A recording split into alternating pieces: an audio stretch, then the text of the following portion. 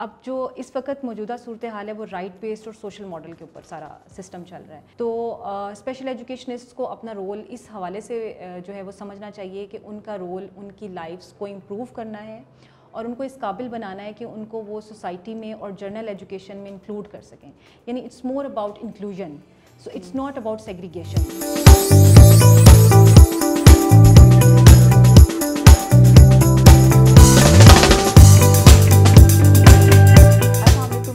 میں ہوں آپ کی ہوسٹ معافیہ ملک. ہم اور آپ وتھ PNY کے ایک نیو شو کے ساتھ. جیسا کہ آپ سب لوگ جانتے ہیں PNY ایک ایسا پلیٹ فارم ہے جہاں ہم ہزاروں کی تعداد میں اسٹوڈنٹس کو ڈفرینٹ کورسز کرواتے ہیں تاکہ وہ اپنی پرسنل لائف اور پروفیشنل لائف کے ساتھ ساتھ اپنی فائنینس کو بھی بہتر بنا سکیں.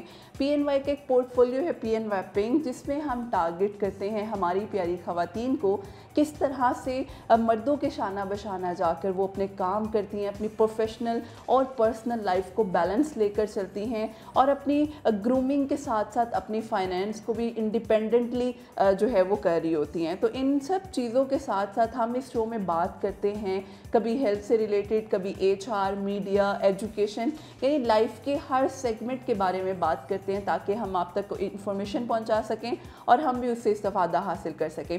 آج کا جو ہمارا ٹاپک ہے وہ بہت ہی زبردست ہے. اسپیشلی ہم بات کریں گے ہماری ایجوکیشن کے حوالے سے اور اسپیشل ایجوکیشن کے حوالے سے کہ ہماری جو 15% پاپولیشن ہے وہ ڈسیبلٹی کا شکار ہے. تو اس کے لیے ایجوکیشنسٹ یا کس طرح سے کام ہو رہا ہے یا فردر اور کس طرح سے کام کرنے کی ہمیں ضرورت ہے ٹیچر ٹریننگ کے لحاظ سے, ان سب چیزوں پہ ہم بات کریں گے. ہمارے ساتھ جو گیسٹ موجود ہیں میں ان کا تعارف کرواتی چلوں. ڈاکٹر عفاف منظور ہمارے ساتھ موجود ہیں جو کہ اسسٹنٹ پروفیسر ہیں اسپیشل ایجوکیشن کی, جن کا 18 ایئر سے زیادہ ایکسپوئر ہے ایجوکیشن کی فیلڈ میں اور اسپیشل ایجوکیشن میں انہوں نے ایسے بہت سے لوگوں کے ساتھ کام کیا ہے. تو ہم ان سے ان کی لائف کا ایکسپوئر بھی جانیں گے. پلس ایک اور چیز, کیونکہ جب ایک خاتون گھر سے باہر رہ کے اپنی پرسنل اور پروفیشنل لائف کو بیلنس لے کر چلتی ہے تو ان جرنی کے بارے میں بھی ہم انہی سے جانتے ہیں. تو ویلکم کرتی ہوں میں مس کو اپنے اس شو میں. السلام علیکم مس, کیسے ہیں آپ؟ جی میں ٹھیک ہوں, thank you very much for having me. Thank you so much miss. Miss سب سے پہلے تو ہمیں یہ بتائیں کہ آپ ماشاء اللہ سے PhD بھی آپ کی ہے اور آپ اسپیشل ایجوکیشن میں کام کر رہی ہیں جو کہ ایک تھوڑا مشکل کام ہے, اور اس کو کرتے ہوئے اپنی پرسنل اور پروفیشنل لائف کو بیلنس لے کر چلنا. اپنی ہمیں تھوڑی سی جرنی کے بارے میں بتائیے گا.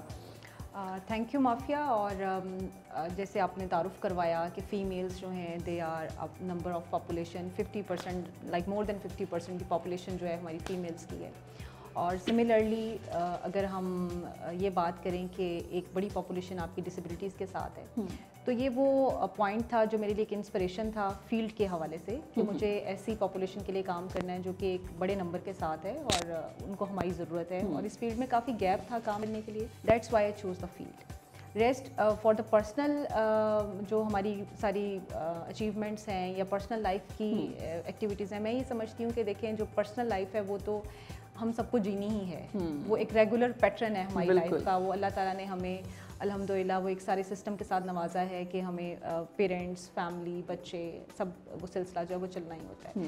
لیکن یہ خوش قسمتی ہوتی ہے ہماری کہ ہمیں اللہ تعالیٰ کوئی ایسی ایڈیشنل ذمہ داری ساتھ سونپ دے کہ ہم اس کو نبھاتے ہوئے کوئی کنٹریبیوشن کر سکیں. اور وہ مقصد جس کے اللہ تعالیٰ نے انسان کو پیدا کیا ہے کہ آپ اللہ کی عبادت کے ساتھ اس کی جو مخلوق ہے اس کی کوئی خدمت کر سکیں. تو علم جو ہے وہ اس کے جیسے کہا جاتا ہے کہ اس کو حاصل کرنا فرض ہے, اسی طرح اس کو آگے پھر پھیلانا اور اس کی آگاہی دینا یہ بھی ہماری ذمہ داری ہے. بالکل زبردست. اس ایجوکیشن پہ ہم بہت زیادہ بات کرتے ہیں لیکن آئی وانٹ کہ ہم آج اسپیشل ایجوکیشن پہ بات کریں. ہماری اسپیشلی آپ دیکھیں خواتین کا بھی ایک فکس ریشو ہے جو ڈسیبلٹی کا شکار ہے ڈفرینٹ قسم کی, تو ان کے ایشوز بھی بہت آتے ہیں.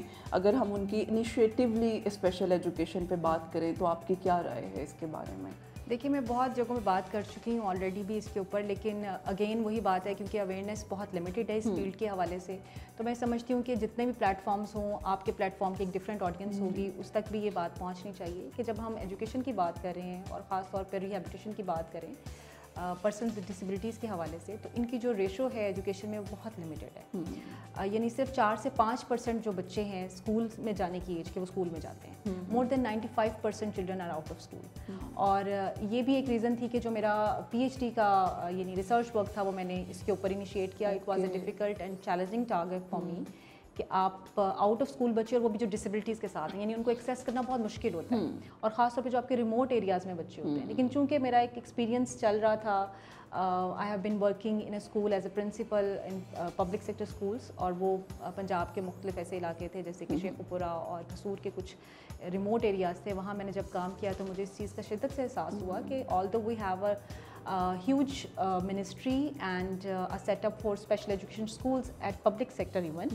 but we have been unable to access more than like 5% children. So it means it's a challenge for us. اور similarly اگر ہم ریشو کی بات کریں کہ چونکہ آپ کی جو آڈینس ہے they are more about young people. Yes. So youth میں اوور آل بھی اگر آپ دیکھیں تو جو ہائر ایجوکیشن میں ہمارے بچے آتے ہیں they are less than 10%. And if we see the percentage of persons with disabilities at higher education, it is about 0.5% or less than 0.5% of the population. Exactly. So it's again a big challenge for us.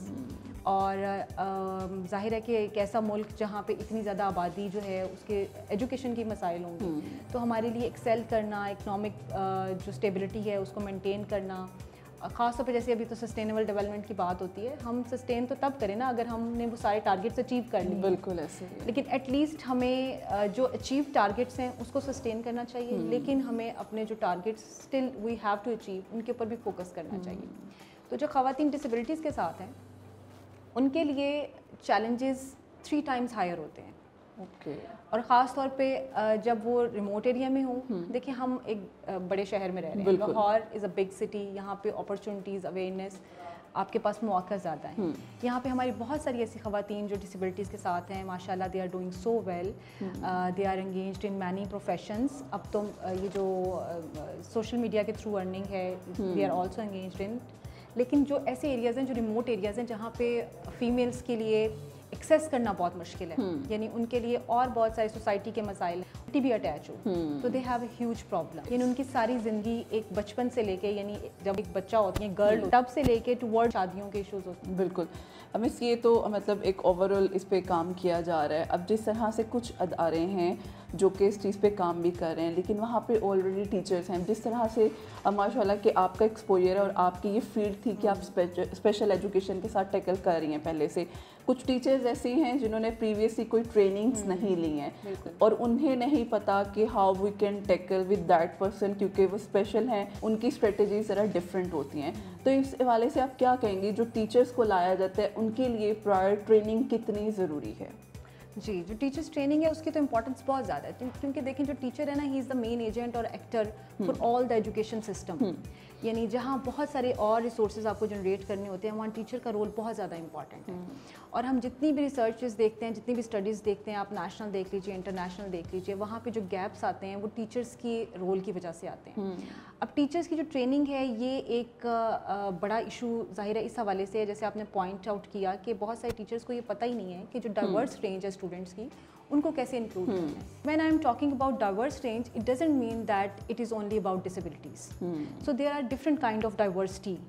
اور ہم لوگ تو چونکہ بہت زیادہ fixed culture میں رہنے والے لوگ ہیں، ہماری کوئی انٹرنیشنل کوپریشن یا اس طرح سے وہ چیزیں نہیں ہیں. آپ باہر کے ممالک میں جائیں، جن ممالک میں لوگ اکثر ہائر ایجوکیشن یا ہائر اسٹڈیز کے لیے جاتے ہیں، وہاں پہ ایک کلاس روم کے اندر 25 نیشنالٹیز کے لوگ بیٹھے ہوتے ہیں. مس ٹائم چونکہ ہمارے پاس لمیٹیڈ ہوتا ہے، لیکن کوشش ہوتی ہے ہم تھوڑا سا زیادہ بات کر سکیں. لیکن لاسٹلی میں چاہوں گی میسج جو ہماری ایسی لوگ ہیں جو اسپیشل ایجوکیشن کو ڈیل کر رہے ہیں، میں چاہتی ہوں کوئی میسج جو آپ ان کے ساتھ شیئر کرنا چاہیں. جی تھینک یو. یہ بڑا امپورٹنٹ ہے کیونکہ آپ کوئک اس کے اوپر، اب جو اس وقت موجودہ صورتحال ہے وہ رائٹ بیسڈ اور سوشل ماڈل کے اوپر سارا سسٹم چل رہا ہے. تو اسپیشل ایجوکیشنسٹ کو اپنا رول اس حوالے سے جو ہے وہ سمجھنا چاہیے کہ ان کا رول ان کی لائفس کو امپروو کرنا ہے اور ان کو اس قابل بنانا ہے کہ ان کو وہ سوسائٹی میں اور جنرل ایجوکیشن میں انکلوڈ کر سکیں.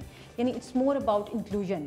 So it's not about segregation. This is very important for the understanding of all the support personnel جو کہ اس میں کام کریں, either they are special educationists or psychologists or therapists, کہ اس چیز کو سمجھ لیں کہ ان کا جو ٹارگیٹ ہے وہ یہ ہونا چاہیے کہ this is for the social inclusion and for the inclusion of all the rights and accessibility for the rights. So this is very important. Thank you so much miss, بہت اچھا لگا کیونکہ یہ وہ ٹاپک ہے جس پہ بہت لمیٹڈ لوگ بات کرتے ہیں اور لمیٹڈ میرا خیال ہے لوگ ہی اس فیلڈ میں ہیں.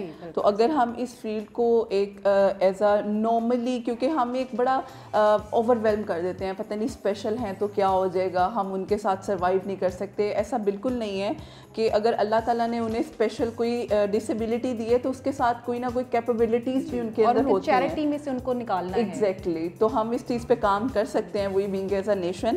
تو تھینک یو سو مچ مس آپ کا, and thank you so much all of you. انشاءاللہ پھر حاضر ہوں گے ایک نیو سیشن کے ساتھ. ہمیں اجازت دیجیے, اللہ حافظ.